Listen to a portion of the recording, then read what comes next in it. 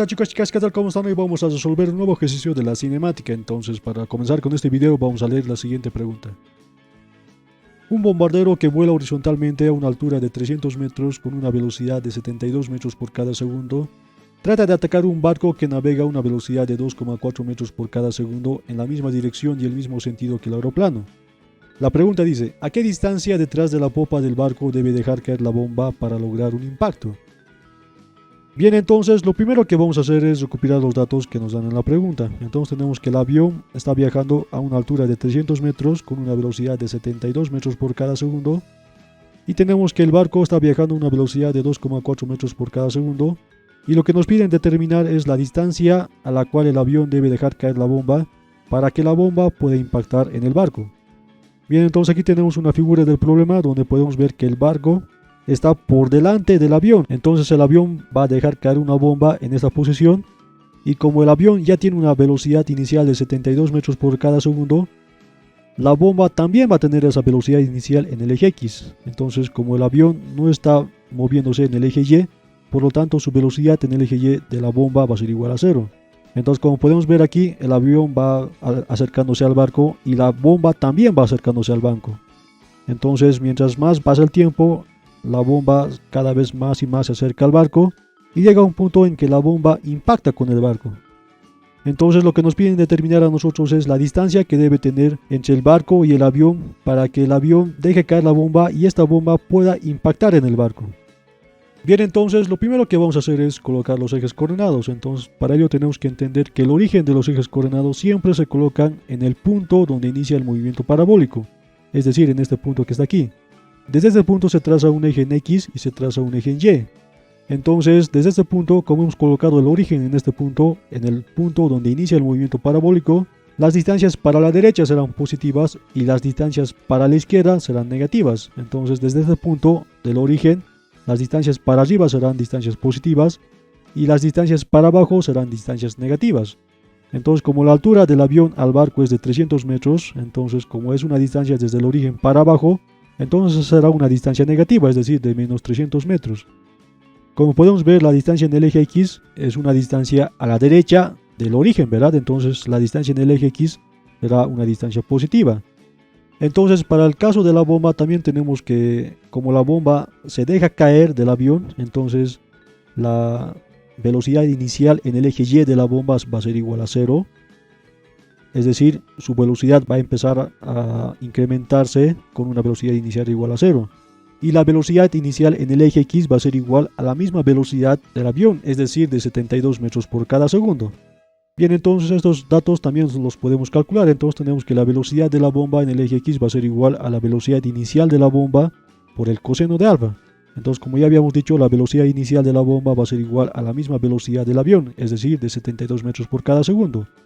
Y el ángulo alfa es el ángulo que hay entre la velocidad inicial de la bomba con respecto al eje horizontal. Entonces, como podemos ver, la velocidad inicial de la bomba está solapada con el eje horizontal, por lo tanto el ángulo alfa es igual a 0 grados. Entonces tenemos que la velocidad inicial va a ser de 72 metros por cada segundo y el ángulo alfa es igual a 0. Entonces tenemos que 72 por el coseno de 0 va a ser igual a 72 metros por cada segundo, es decir, el coseno de 0 es igual a 1.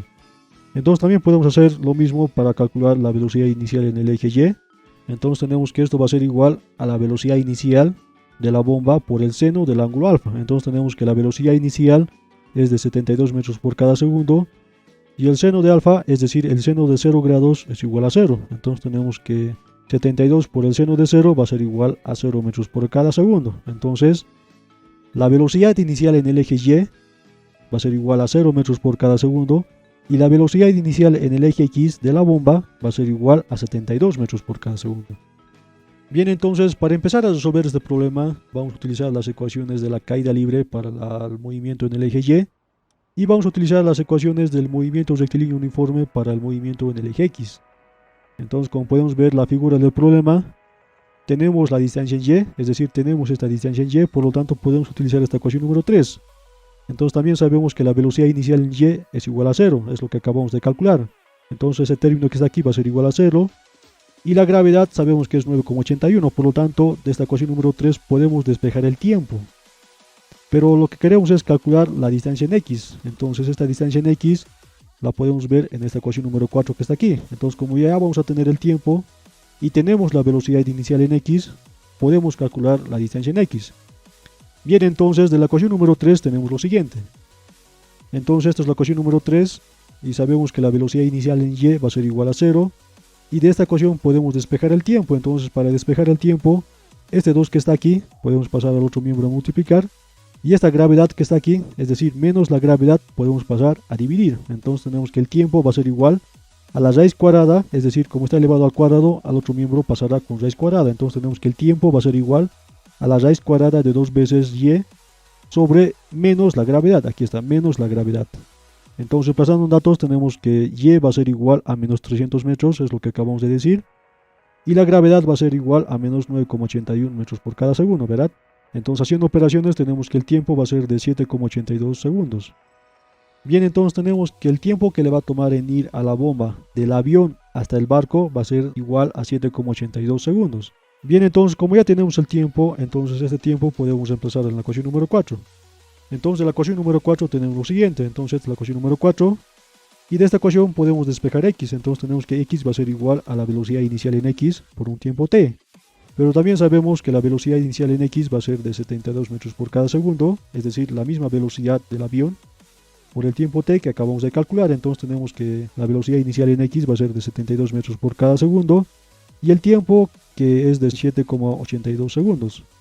Entonces haciendo operaciones tenemos que x va a ser de 563,04 metros, es decir, la distancia que hay desde el avión hasta el barco, es decir, esta distancia x que está aquí, va a ser de 563,04 metros, ¿listo?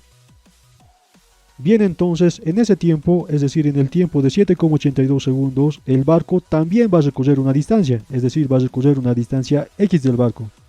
Entonces, como sabemos que la velocidad del barco es constante, la distancia x del barco va a ser igual a la velocidad del barco por un tiempo t.